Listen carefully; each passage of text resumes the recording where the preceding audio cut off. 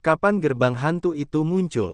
Ye Chen menatap gerbang hantu itu dan menyentuh keraguan di dagunya. Dia pernah datang ke istana gajah dewa ini. Belum lagi setiap tanah di kuil itu, dia tahu bahwa sebagian besar dari mereka pernah ke sana. Selain itu, gerbang hantu yang begitu megah tidak mungkin ditemukan. Artinya, gerbang hantu itu baru muncul setelah mereka meninggalkan istana gajah dewa, tetapi waktu kemunculannya juga berbeda. Jika itu karena bagian ketiga dari daftar dewa, maka ada banyak perhatian. Gerbang hantu yang megah itu tertutup, membuat orang-orang merasa sangat tertekan. Gui Menguan adalah harta karun dunia bawah. Ia memiliki kekuatan tak terbatas. Ye Chen tidak berani menyentuhnya dengan mudah tanpa mengetahui situasinya. Saudara Dugu, bagaimana menurutmu? Ye Chen bertanya sambil tersenyum. Dugu Jiujian menatap gerbang hantu itu dan berkata, konon, gerbang Fengdu adalah gerbang-gerbang hantu. Dulu semua gerbang-gerbang hantu itu terbuka, menuntun hantu ke gerbang hantu, tetapi sekarang gerbang hantu itu tertutup. Sulit untuk mengatakannya. Ye Chen berpikir dalam hatinya, gerbang hantu benar-benar muncul di istana gambar dewa. Apa hubungan antara istana gambar dewa dan Fengdu? Atau apakah gerbang hantu ada di istana gambar dewa? Atau apakah istana gambar dewa didirikan oleh dunia bawah di dunia manusia, tetapi dikelola oleh orang-orang yang mengendalikan dunia manusia? Ye Chen berpikir, sehingga setelah mengucapkan sepatah kata dengan Jiujian yang kesepian, tidak ada diskusi lebih lanjut. Dugu Jiujian tidak peduli apakah Ye Chen akan menjawabnya atau tidak. Apa yang harus kita lakukan? Apakah kamu ingin masuk dengan paksa atau menunggu di sini? Tanya harimau terbang. Ye Chen adalah tulang punggung. Ketika kita bersama, kita semua suka menjadikan Ye Chen sebagai tulang punggung.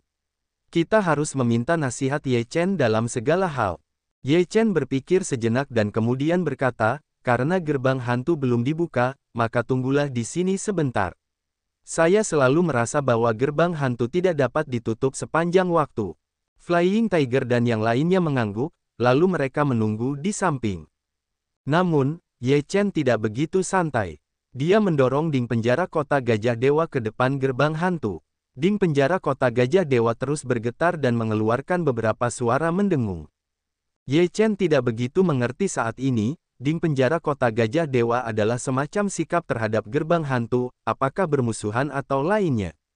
Sementara Ye Chen sedang menunggu beberapa orang, para pemuda dengan pisau perak dan anak laki-laki dengan tombak perang yang patah datang ke sini satu demi satu.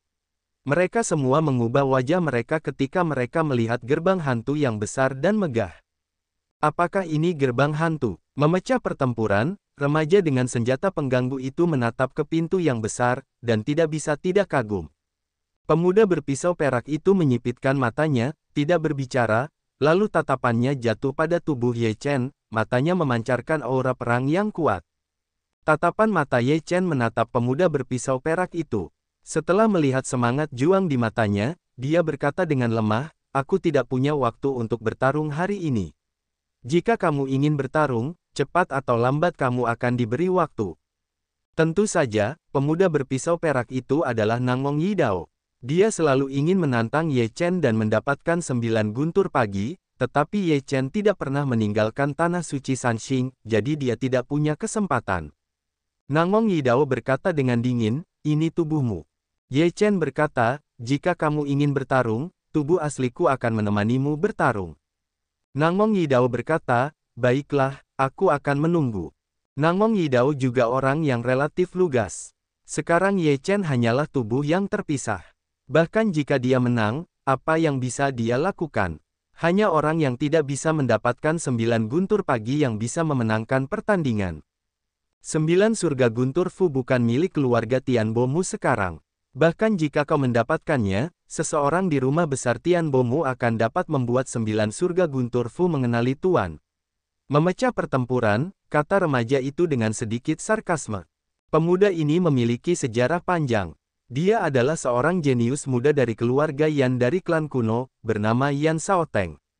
Meskipun dia baru berusia 15 atau 16 tahun, dia sangat tampan, tetapi dia memiliki metode yang sangat bagus. Dia tidak takut pada Nangong Yidao dan Dugu Jiujian. Dia benar-benar mampu bersaing. Nangong dengan pisau melirik Yan Shaoteng dan berkata, ini tidak ada hubungannya denganmu. Yan Shaoteng sedikit mengangkat mulutnya dan berkata sambil tersenyum, aku hanya mengatakan yang sebenarnya. 9 surga Guntur Fu bukanlah pengakuan biasa terhadap Tuan, dan begitu kepemilikan 6 jimat ditentukan, itu akan jarang berubah, dan harapanmu tipis. Bahkan jika tidak ada harapan, aku harus bekerja keras. 9 surga Guntur Fu terlalu penting bagi rumah besar Tianboku. Nangong berkata dengan tatapan tegas. Yan Shaoteng mengerutkan bibirnya dan berkata, terserah kamu. Lagi pula, itu tidak ada hubungannya denganku. Nangong Yidao tidak lagi memperhatikan Yan Shaoteng. Sebaliknya, dia melihat ke gerbang hantu, seperti berbicara pada dirinya sendiri, atau berkata kepada orang-orang yang hadir, apakah gerbang hantu ditutup atau tidak. Tentu saja kita harus masuk. Apa yang akan kita lakukan jika kita tidak masuk? Yan Shaoteng mendengus. Nangong berkata dengan satu pisau, gerbang hantu sudah ditutup, kamu bisa masuk. Yan Shaoteng berkata, gerbang hantu adalah harta karun terbaik di dunia bawah. Tentu saja, aku tidak bisa mendobraknya, tetapi aku tidak percaya itu akan selalu ditutup. Kamu tidak mengatakan itu. Nangong Yidao mendengus dan duduk bersila. Dia memejamkan mata dan tidak ingin berbicara lagi. Yan Shaoteng membawa senjata untuk menyerang Ye Chen. Senjata setinggi 10 kaki itu jauh dari tingginya. Kedengarannya lucu, tetapi tidak ada yang meragukan kekuatan Yan Shaoteng. Aku berkata, adik kecil, apakah kamu benar-benar memiliki senjata seberat 35.000 kg? Mentian menatap tombak Yan Shaoteng dan bertanya dengan rasa ingin tahu. Mentian adalah orang barbar. Dia terlahir untuk melatih keterampilan fisik. Saat bertarung, dia terutama berfokus pada kekuatan. Secara alami, dia lebih memperhatikan hal-hal ini. Yan Shaoteng berkata sambil tersenyum bangga, itu wajar. Aku tidak bisa menggunakan tombak yang menghancurkan pertempuran. Mata Xuan Wu menyipit dan berkata, dengan senjata seberat itu, kamu juga telah melatih keterampilan binaraga. Yan Shaoteng berkata dengan nada mengejek, apakah tuan muda ini perlu berlatih olah tubuh? Tuan mudaku terlahir dengan kekuatan dewa. Ketika aku berusia 7 tahun, aku bisa menarikan senjata penguasa susunan yang rusak ini dengan kekuatan penuh. Ketika aku berusia 10 tahun, aku bisa menunjukkan kekuatan senjata penguasa susunan yang rusak. Bagiku, olah tubuh adalah sampah. Xuan Wu tidak marah karena kesombongan Yan Shaoteng. Sebaliknya, dia berkata sambil tersenyum, apa kekuatan alam? Yan Shaoteng menatap Xuan Wu, menatap pria besar tapi jelek itu, dan berkata dengan angkuh, kamu tidak tahan. Xuan Wu berkata sambil tersenyum, aku akan menghargainya. Apakah kamu benar-benar ingin belajar? Yan Shaoteng menyipitkan mata ke arah Xuan Wu. Xuan Wu mengangguk, dan tidak ada tindakan lain. Dia hanya menatap Yan Shaoteng. Yan Shaoteng tidak berbicara omong kosong. Karena Xuan Wu sudah memintanya, bukankah dia akan kehilangan muka jika dia tidak melakukannya? Tanpa berkata apa-apa, Yan Shaoteng dengan tegas mengulurkan tangannya dan memutar tombaknya yang beratnya 35.000 jin, berputar cepat. Kecepatannya sangat mengerikan. Hanya angin di udara yang bisa terdengar, dan tubuh senjata penguasa yang hancur tidak terlihat. Yan Shaoteng tidak memiliki aura apapun. Senjatanya yang berputar cepat menyapu secara horizontal ke arah basaltik, dan gelombang udara yang mengerikan langsung menyapu reruntuhan. Debu beterbangan dan bebatuan terciprat. Xuan Wu berdiri diam. Pada saat kekuatan mengerikan ini datang, Xuan Wu bergerak. Dia baru saja meninju, dan kekuatan yang kuat itu meledak seperti arus pasang surut, bertabrakan dengan kekuatan Yan Shaoteng. Pada saat tabrakan, tubuh Xuan Wu dengan cepat tergelincir ke belakang, dan dua kesan mendalam muncul di bawah kakinya. Yan Shaoteng melihat bahwa Xuan Wu baru saja tergelincir ke belakang dan tidak terluka. Dia tampak sedikit tidak normal.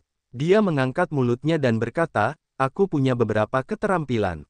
Tidak heran dia berani menantangku. Xuan Wu berkata sambil tersenyum, kekuatannya sungguh kuat. Aku tidak menyangka bahwa aku masih muda dan kuat. Xuan Wu bukanlah lawanmu. Xuan Wu tidak peduli dengan mukanya. Jika bukan lawan, maka bukan lawan. Tidak ada yang perlu dipermalukan.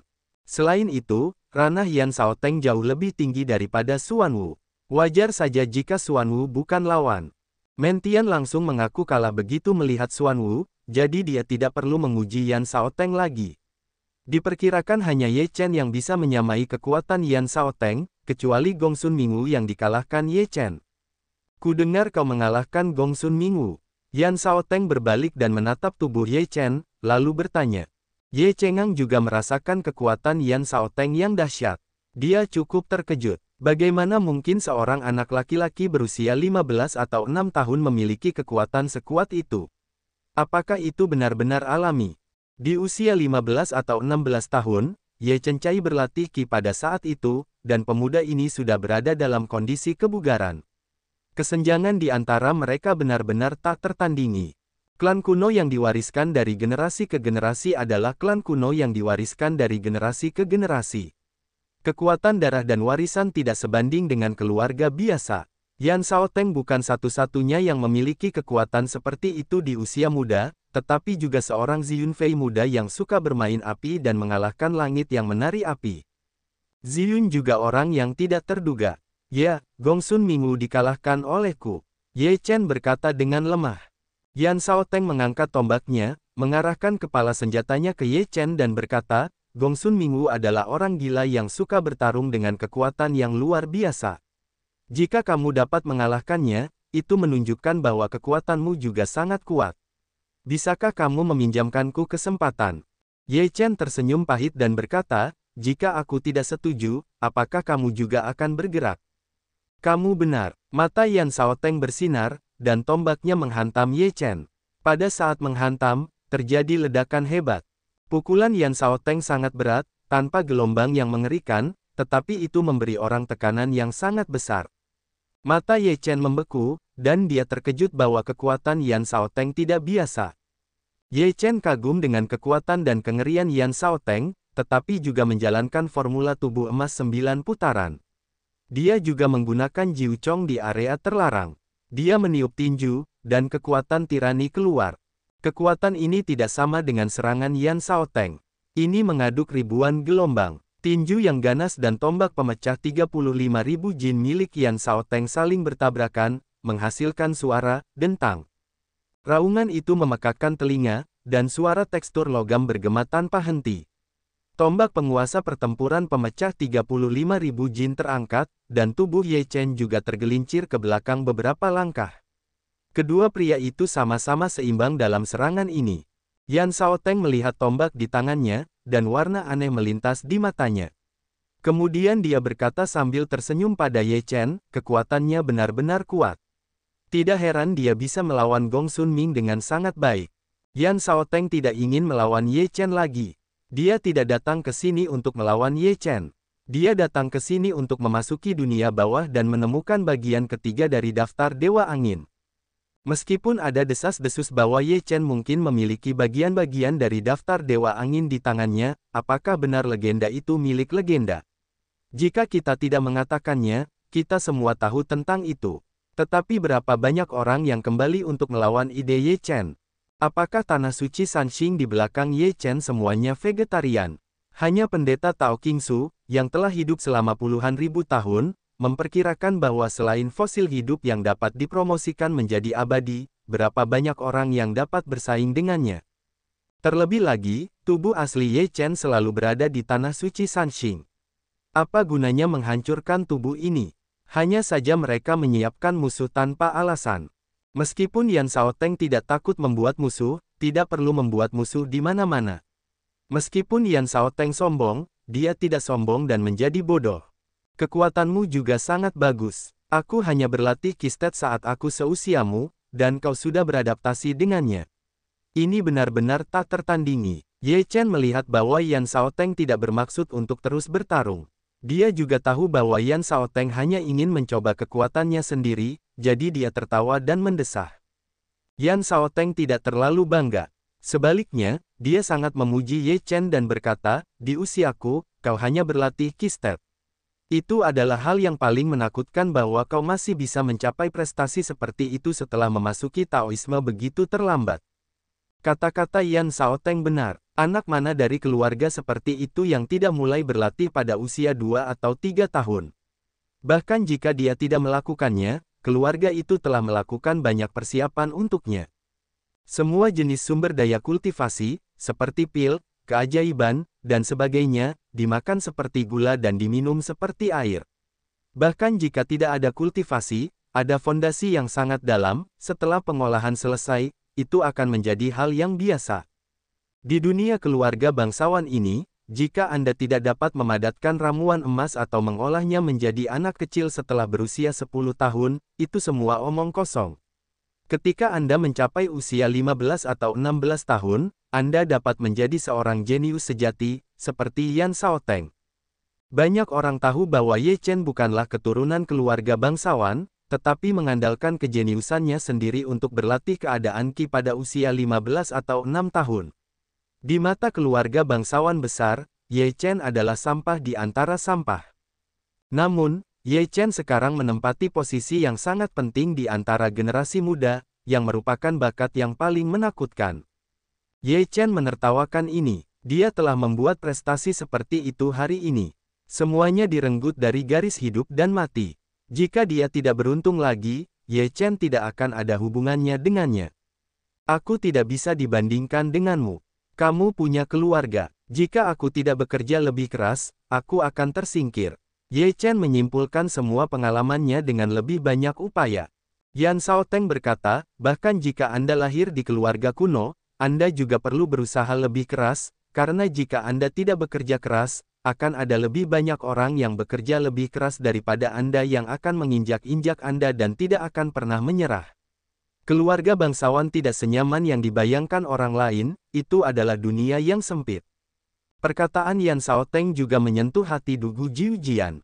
Orang yang lahir di keluarga bangsawan tidak begitu santai dan nyaman. Apakah Anda pikir mereka dapat dengan mudah menjadi hewan peliharaan keluarga? Selain bakat mereka sendiri, itu lebih dari anggota keluarga lainnya untuk berlatih lebih banyak. Dalam keluarga bangsawan, persaingannya sangat ketat. Jika Anda tidak dapat menjadi pemimpin keluarga, Anda tidak akan pernah dapat mengangkat kepala dalam hidup Anda, dan Anda tidak akan dapat membuat nama untuk diri Anda sendiri. Oleh karena itu, sebagai anggota keluarga, mereka berusaha keras untuk menjadi orang pertama dalam keluarga, tetapi terkadang kerja keras tidak selalu mengarah pada kesuksesan, dan bakat juga merupakan bagian yang besar. Keluarga bangsawan mana yang tidak memiliki usaha seperti itu untuk membuat anak-anak gila, tetapi pada akhirnya masih belum diketahui, hanya karena kurangnya bakat, hanya membenci selamanya. Ye Chen tidak membantah kata-kata Yan Shaoteng. Dia setuju dengannya. Meskipun dia bukan anggota keluarga bangsawan, ini terjadi bahkan di keluarga kecil seperti kota Longyang, apalagi keluarga bangsawan besar. Oh, kupikir aku yang lebih cepat. Tidak disangka, begitu banyak orang datang. Pada saat ini, seorang anak laki-laki berjubah ungu datang dengan senyum di wajahnya. Di samping anak laki-laki berjubah ungu dan merah, ada juga seorang wanita dengan gaun ungu panjang. Wanita itu terlihat sedikit mirip dengan anak laki-laki itu. Seharusnya itu adalah hubungan saudara ipar. Ye Chen dan Yan Shaoteng dan yang lainnya semua melihat ke arah dua orang yang datang. Yan Shaoteng menyipitkan matanya dan menunjukkan sedikit rasa jijik di matanya. Ziyun Feifei ada di rumah Ziyang. Ye Chen berkata dengan tenang. Pemuda itu tertawa dan berkata, ya, benar. Kakak harimau, kamu punya adik laki-laki. Kamu selalu menyebut dirimu paman. Hari ini, seorang pemuda telah datang, kata Yunfan dengan suara lucu. Harimau Feifei berwajah serius, aku tidak punya adik laki-laki seperti itu. Kakak harimau, jika Ziyunfei menjadi adik laki-lakimu, seberapa hebat dirimu? Kata Yunfan sambil tersenyum. Keluar dari sini, apakah kamu masih membutuhkan anak laki-laki kecil ini untuk melindunginya? Harimau Feitian tidak memiliki tendangan yang bagus ke Yunfan. Kata-kata Feitian Tiger dan Yunfan, Ziyunfei juga mendengarnya di telinganya, lalu dia mengubah raut wajahnya dan berkata dengan suara yang dalam, apakah kamu berani mengucapkan kata-katamu dengan lantang? Yunfan menatap wajah muram Ziyunfei, tetapi dia tidak memiliki rasa takut di dalam hatinya. Dia terkekeh dan berkata, bicaralah dan bicaralah. Apakah aku masih takut padamu? Kakak harimauku adalah kakak laki-laki. Kamu menyebut dirimu adik laki-laki. Apakah kamu akan menjadi adik laki-laki bagi saudara harimau kita? Tanda tanya. Tidak apa-apa menjadi adik laki-laki, tetapi aku tidak akan setuju. Flying Tiger tidak tahu apakah itu disengaja atau tidak, dia melontarkan kalimat seperti itu. Ziyun Fei sangat marah sehingga wajahnya tampak jelek. Sebelum dia meledak, wanita cantik dengan gaun merah ungu di sampingnya berkata dengan dingin, "Kamu berani menantangku rumah Ziyang seperti ini? Benar-benar membosankan. Rumah Ziyang adalah pesta dansa. Apakah aku masih menjadi murid Tanah Suci Sanxing? Apakah kamu akan memprovokasiku ke Tanah Suci Sanxing?" Kipas awan itu bersaing untuk menjadi yang terdepan dengan cara yang relatif berdengung.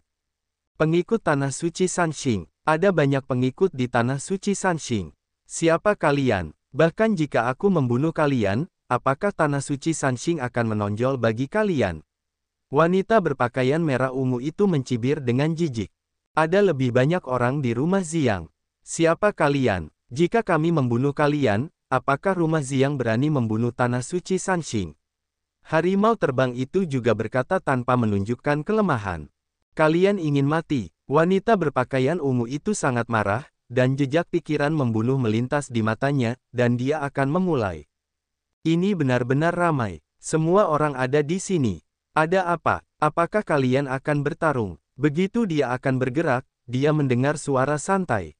Orang-orang melihat seekor sapi hijau datang dengan enggan, di punggung sapi itu ada seorang pemuda dengan jubah Tao yang lusuh. Pemuda itu menatap wanita yang mengenakan gaun merah ungu dan berkata sambil tersenyum.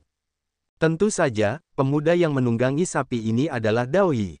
Orang-orang penasaran dengan asal-usul Dao Yi. Yang lainnya bukanlah anak-anak dari orang-orang kuno, atau anak-anak dari kekuatan yang kuat. Tidak seorang pun tahu dari mana Dao Yi berasal. Meskipun terlihat lusuh dan lusuh, tetapi kekuatannya tidak dapat diremehkan, itu aneh. Pendeta Tao, apakah kamu ingin mengurusi urusanmu sendiri? Wanita berpakaian ungu merah itu mengutuk dengan marah. Dao Yi tidak marah. Dia memegang sepotong rumput di mulutnya dan berkata dengan santai, itu bukan urusanku. Kamu terus bertarung. Aku tidak peduli dengan hal-hal ini. Karena begitu bingung dengan Dao Yi, wanita berpakaian ungu panjang itu tidak memulai. Dia hanya melihat kemarahan Yun Fan dan Fei Tian Tiger yang ekstrim dan menggertakkan giginya dan berkata, aku tidak memiliki pemahaman yang sama denganmu untuk saat ini. Hal-hal hari ini tidak akan berhenti. Siapa yang takut pada siapa? Harimau terbang itu mendengus. Ye Chen menghela nafas sambil mendesak ketika dia melihat bahwa Dao Yi telah datang. Selain Gongsun Mingwu, semua jenius baru-baru ini telah datang. Namun, orang-orang ini telah ditemukan, orang suci Yaoci dan putra orang suci cahaya batu seharusnya tidak ditemukan, tetapi sekarang tidak ada jejak, ini agak aneh. Saat ini, Yin Qing yang sedang berlatih dalam pengasingan. Saya tidak tahu kapan dia akan keluar dari celah dan apakah dia akan merindukannya kali ini, bahkan lebih. Dao Yi mendorong Qing Niu untuk datang ke Ye Chen perlahan-lahan. Dia melihat Ye Chen dari atas ke bawah dan berkata sambil tersenyum, Tanah Suci Sanxing adalah tempat yang baik untuk berlatih Taoisme. Jika Anda memiliki kesempatan, Anda harus mengunjungi Tanah Suci Sanxing. Ye Chen berkata sambil tersenyum, selamat datang kapan saja. Tanah Suci Sanxing memiliki pemahaman yang mendalam tentang jalan, terutama kitab suci Tao.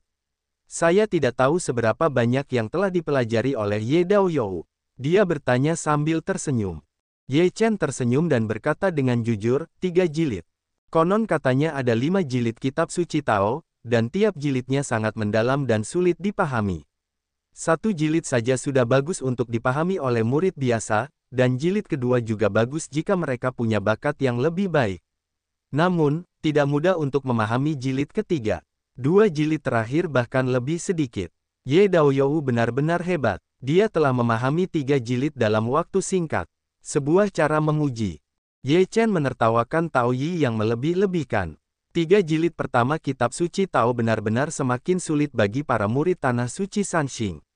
Sangat bagus untuk memahami 2 jilid pertama. Jika Anda ingin memahami jilid ketiga, Anda membutuhkan banyak bakat. Bakat semacam ini tidak tersedia untuk semua orang, tetapi itu bawaan. Sama seperti Yin Qing yang terlahir untuk Tao, dapatkah Anda membandingkannya? Itu tidak dapat dibandingkan, jadi sangat sulit bagi orang biasa untuk memahami jilid ketiga. Selain itu, di antara para murid Tanah Suci Sanxing, hanya sedikit yang memahami jilid ketiga. Ye Chen tidak hanya memahami 3 jilid pertama, tetapi juga memahaminya 2 kali. Kali ketiga telah dimulai. Jika Anda memberitahu Tao, reaksi seperti apa yang akan terjadi? Saudara Daoyi mengenakan jubah Tao, dan dia pasti seorang pendeta Tao. Selain itu, namanya sangat dekat dengan Tao sehingga saya tidak tahu dari mana dia berasal. Ye Chen bertanya dengan senyum tipis. Ini bukan hanya yang membuat Ye Chen khawatir, tetapi semua orang yang hadir ingin tahu dari mana jubah Tao itu compang camping menjadi pendeta Tao kecil seperti itu. Dari mana asalnya? Daoyi berkata sambil tersenyum, saya berasal dari tempat kecil, kuil Tao yang rusak, yang tidak ada bandingannya dengan semua yang hadir. Guru saya hanyalah seorang Taois miskin yang hanya bisa meramal dan menemui dokter. Tidak ada yang perlu dikatakan. Mengenai pernyataan Daoyi, banyak orang yang bingung. Apakah orang dengan keterampilan seperti itu datang dari tempat kecil untuk menghancurkan kuil Tao? Tetapi melihat pakaian Daoyi, Anda tidak mungkin seorang Taois dari tempat yang baik, jadi Anda memiliki lebih sedikit keraguan. Ketika Anda memikirkannya, Anda mungkin tidak dapat mempercayai kata-kata Taoyi. Dunia ini begitu besar sehingga ada banyak orang yang kuat. Secara alami, ada beberapa guru abadi. Mungkin guru Taoyi adalah orang hebat itu. Seorang guru sejati yang tak tertandingi tidak akan pernah pamer dengan mudah, juga tidak akan mempublikasikan betapa kuatnya dia. Menunduk adalah pamer yang paling kuat. Ye Chen berkata sambil tersenyum, tempat ini bagus untuk menjauh dari pertikaian. Kali ini, saudara Daoyi keluar untuk menyegel pecahan daftar dewa, atau untuk mengalaminya. Tidak apa-apa, guruku berkata bahwa pecahan daftar dewa tidak dapat diperoleh oleh siapapun, tetapi harus diakui oleh daftar dewa. Jika tidak, bahkan jika Anda mendapatkannya, itu tidak berguna.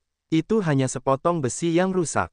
Tao 11 berkata dengan wajah acuh tak acuh, bagus untuk mendapatkan daftar dewa ini, tetapi tidak masalah jika Anda tidak mendapatkannya. Anda hanya dapat mengetahui seberapa besar dunia ini dan seberapa besar Anda jika Anda keluar dan mengalaminya. Ye Chen berpikir bahwa Daoyi masuk akal.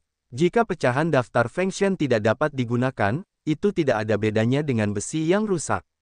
Anda tahu, jika darah Ye Chen sendiri tidak dapat mengaktifkan daftar dewa dan memperoleh sejumlah kekuatan pada daftar dewa, maka daftar dewa benar-benar tidak ada gunanya. Sebaliknya, ia menarik banyak sao dan kentang panas. Ye Chen berkata sambil tersenyum, saudara Dao berpikiran terbuka, Ye Chen mengaguminya. Jika semua orang berpikiran sama seperti saudara yang sama, mungkin akan ada lebih sedikit perselisihan.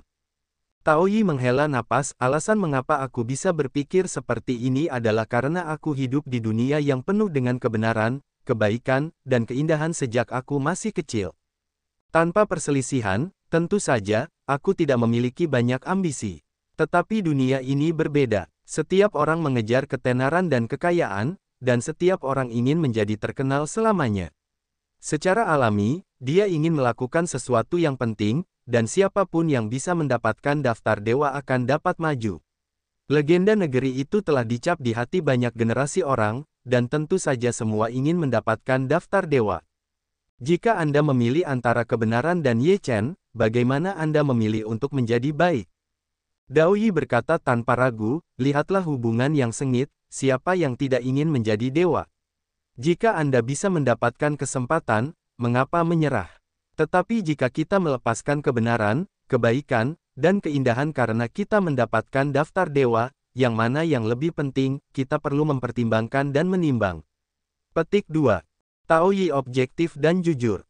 Dia tidak mengatakan bahwa dia harus memilih kebenaran, kebaikan dan keindahan untuk membangun citranya sendiri yang tinggi. Terkadang, tidak ada jawaban pasti untuk pilihan tersebut, dan pilihannya akan berbeda dalam situasi yang berbeda. Ye Chen mengepalkan tinjunya dan sangat mengagumi Daoyi. Dia berpikir bahwa dia adalah teman yang layak untuk persahabatan yang mendalam. Begitu dia melihat gerbang hantu yang megah, matanya sedikit menyipit. Dia berseru, gerbang hantu memang luar biasa, layak menjadi salah satu harta karun dunia bawah. Gerbang hantu ditutup, dan saya tidak tahu kapan bisa dibuka. Tidak mungkin untuk masuk dengan paksa, dan itu pasti berbahaya. Kamu tidak bisa bertindak gegabah. Ye Chen menatap gerbang hantu, berkata dengan sedikit tidak berdaya. Dao Yi tersenyum dan berkata, ada sebuah kalimat yang tidak diketahui oleh Dao Youye.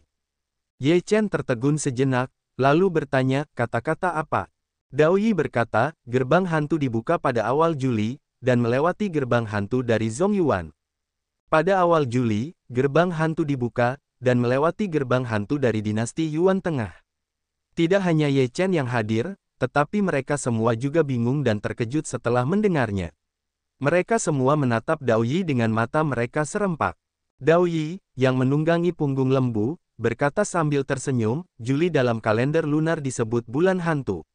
Pada hari pertama bulan Juli dalam kalender lunar, gerbang hantu dibuka dan ditutup pada hari ke-15 bulan Juli. Pada hari pertama bulan Juli, gerbang hantu dibuka untuk melepaskan para hantu. Pada tanggal 15 Juli semua hantu akan kembali ke dunia bawah. Mendengar kata-kata Tao Yi, Ye Chen dan yang lainnya sudah memikirkan hari apa hari ini. Hari ini adalah tanggal 28 Juni dalam kalender lunar, artinya, masih ada 2 hari lagi sebelum gerbang hantu dibuka. Ye Chen menatap Dao Yi dengan heran. Orang lain juga menanggapi, terkejut, tetapi juga beberapa keraguan, awal Juli ini, pintu hantu benar-benar dapat dibuka. Itu semua hanya desas-desus. Tidak ada yang pernah melihatnya. Tidak ada catatan sejarah.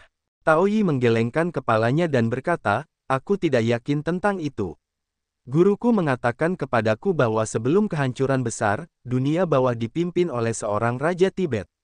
Pada awal Juli setiap tahun, pintu hantu Yifeng terbuka, dan beberapa hantu dilepaskan untuk mengunjungi kerabat mereka. Orang-orang juga mempersembahkan kurban dan uang kertas pada bulan Juli untuk mengenang orang mati. Petik 2. Sekarang dunia bawah tidak dipimpin oleh Raja Dizang, dan ini adalah periode yang kritis dan sensitif sehingga sangat sulit untuk mengatakan apakah gerbang hantu akan dibuka atau tidak. Tao Yi menghela nafas. Ye Chen berkata, apakah akan dibuka atau tidak, kami akan menunggu di sini. Jika gerbang neraka tidak terbuka, kami hanya bisa menyerah jika kami ingin memasuki dunia bawah. Kata Tao Yi. Orang lain yang hadir bermartabat. Jika mereka tidak dapat memasuki dunia bawah, daftar dewa ketiga tidak ada hubungannya dengan dunia manusia mereka. Dunia bawah telah melakukan pekerjaan yang hebat kali ini. Kurasa dunia bawah ingin makan sendiri sekarang dan menjauhkan ras-ras besar lainnya dari pintu. Fei Tian Tiger berkata dengan marah.